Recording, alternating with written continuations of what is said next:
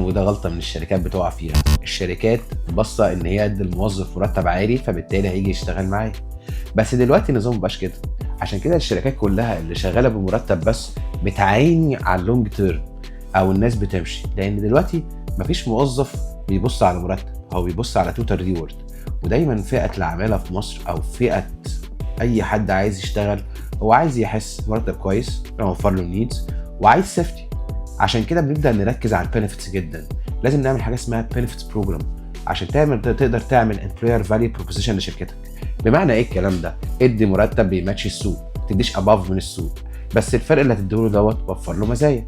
اعمل له ميديكال انشورنس، ادي له مزايا تانية زي اشتراك جيم، زي اعمل بانشن بلان، زي حتى كمان شنطه رمضان بتفرق مع الموظفين على المستوى الفردي او على المستوى الجماعي، زي المواسم والمناسبات والحاجات دي كلها. عندنا ترانسبورتيشن الاونس ميل. فالحاجات دي كلها طول ما انت موفرها للموظف، الموظف بيحسبها ازاي؟ حضرتك انت كده موفر لي المرتب كله والشركه شايله كل حاجه. فانت الوقت اللي انت فيه حاليا ده او بدايه السنه اعتبرها نيو جيرني او بدايه جديده او رحله جديده تعملها.